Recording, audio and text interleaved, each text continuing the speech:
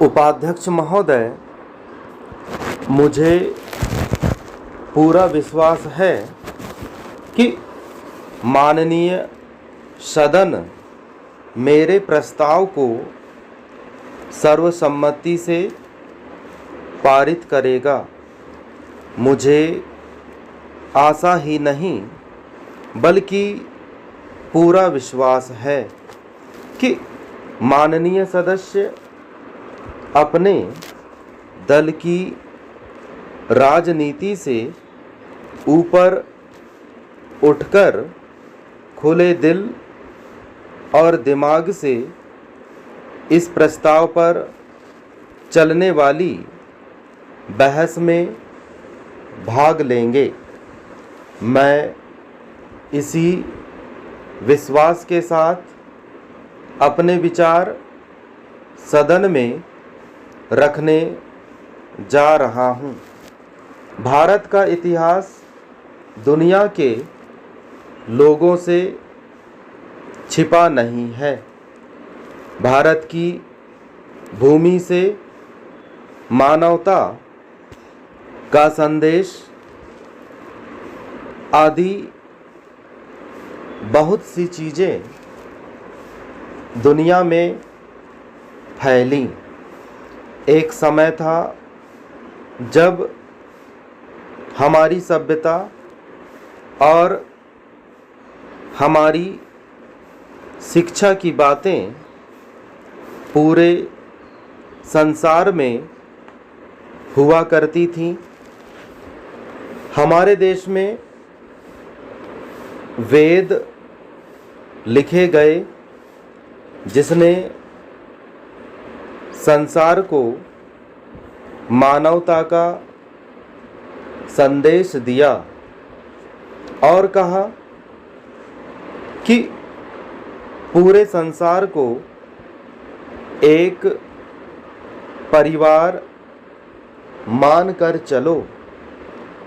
अभी हमारे माननीय सदस्य ने बताया और मैंने अभी देखा है कि सदन के भवन में भी ये बातें लिखी हुई हैं। मैं यह अभिमान तो नहीं करता कि विद्वान लोग केवल भारत में ही हुए हैं, लेकिन शिक्षा के क्षेत्र में हम संसार के गुरु रहे हैं। हमने ही 4 अच्छी परंपरा संसार को दी।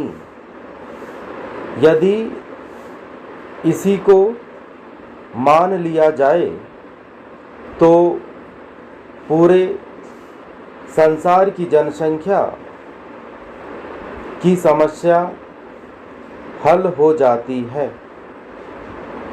लेकिन दुर्भाग्य से वह भारतवर्ष जिसकी शिक्षा ने पूरे संसार को प्रभावित किया, वही जाति की बुराई का शिकार हो गया। हो सकता है कि किसी समय इसकी आवश्यकता रही हो। मैं उस विषय पर आज यहाँ कुछ नहीं कहना चाहता, लेकिन निश्चित रूप से जिस समय हमने यह निश्चय कर दिया कि हरिजन भाइयों को शिक्षा ग्रहण करने का अधिकार नहीं है, वेद पढ़ने का अधिकार नहीं है, उसी समय से हमारा पतन आरंभ होता है। हमारा पतन यहाँ तक हुआ कि हमने गुलामी की एक लंबी यात्रा की। चेंज। मैं इतिहास का विद्वान नहीं हूँ, लेकिन ऐसा सुनने में आया है कि जितने लंबे समय तक भारतवर्ष गुलाम रहा, शायद इतने समय तक दुनिया का कोई देश गुलाम नहीं रहा।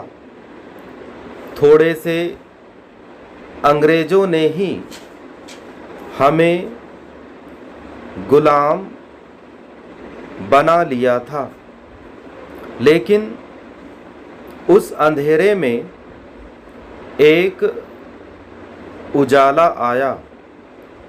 कोई 200 वर्ष पहले शिक्षा के बारे में सोचा गया। अंग्रेज़ों को इसकी आवश्यकता इसलिए थी कि भारत को लंबे समय तक गुलाम रख सकें। उन्होंने एक ऐसी शिक्षा प्रणाली चलाई जिससे कि उनको सस्ते क्लर्क और सरकारी नौकर मिल सकें।